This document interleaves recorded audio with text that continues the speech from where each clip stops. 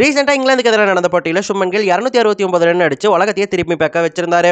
இந்த மாதிரி நிறைய இந்திய வீரர்கள் டபுள் செஞ்சுரி அடிச்சிருக்காங்க டெஸ்ட் போட்டிகள்ல. அதுல சில இந்தியர்கள் இவங்கெல்லாம் அடிச்சிருக்காங்களா அப்படின்னு சொல்லிட்டு கேட்கற மாதிரி இருக்காங்க. அந்த மாதிரி நமக்கு தெரியாத சிலர் டபுள் செஞ்சுரி ஸ்கோர் பண்ணியிருக்காங்க இந்தியரா இருந்து. அவங்கெல்லாம் யாரு அப்படிங்கறத இந்த வீடியோல பார்த்துருவோம். நம்பர் 1 மயங்க் அகர்வால். மயங்க் அகர்வால் இந்தியாவின் முக்கியமான டொமஸ்டிக் பேட்ஸ்மேன்கள்ல ஒருத்தர். அவர் இன்டர்நேஷனல்ல சரியா சோபிக்கலனாலுமே 2019ஆம் ஆண்டு மட்டுமே அவர் 2 டபுள் செஞ்சுரி அடிச்சிருக்காருங்க. சொன்னவங்களால நம்ப முடியுதா? 2019ல முதல்ல சவுத் ஆப்பிரிக்காக்கு எதிராக அவர் 371 பாலுக்கு 215 ரன்கள் அடிச்சு சவுத் ஆப்பிரிக்காக்கு எதிராக டபுள் செஞ்சுரி அடிச்சிருந்தாரு.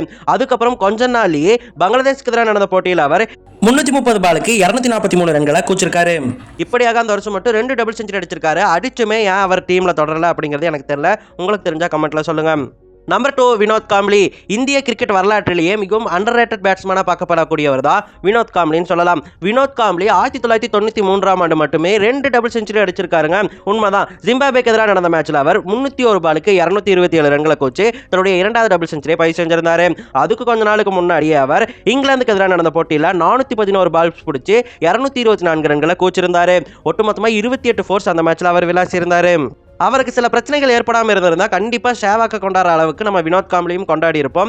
இப்ப சில பிரச்சனைகளால அவர் அண்டர்ரேட்டட் பேட்ஸ்மேனாவே இருந்துட்டாரு. நம்பர் 3 வாசிம் ஜாஃபர். இப்பதான் அவர் கமெண்டேட்டரா இருக்காரு, கிரிக்கெட் விமர்சகரா இருக்காரு. ஆனா அதுக்கு முன்னாடி ஃபர்ஸ்ட் கிளாஸ் கிரிக்கெட்ல அவர் மிகப்பெரிய பேட்ஸ்மேனா இருந்திருக்காரு. 19,000 ரன் அடிச்சிருக்காரு. அப்படியாக இன்டர்நேஷனல் அவர் ஆடும்போதுமே அவர் டபுள் செஞ்சுரியை ஸ்கோர் பண்ணியிருக்காரு. 2006ஆம் ஆண்டு வெஸ்ட் இண்டீஸ்க்கும் இந்தியாவுக்கும் எதிராக ஒரு டெஸ்ட் மேட்ச் நடந்துச்சு. அந்த போட்டியில பாத்தீங்கன்னா அவர் 212 ரன்களை 399 பால் அடிச்சிருப்பாரு.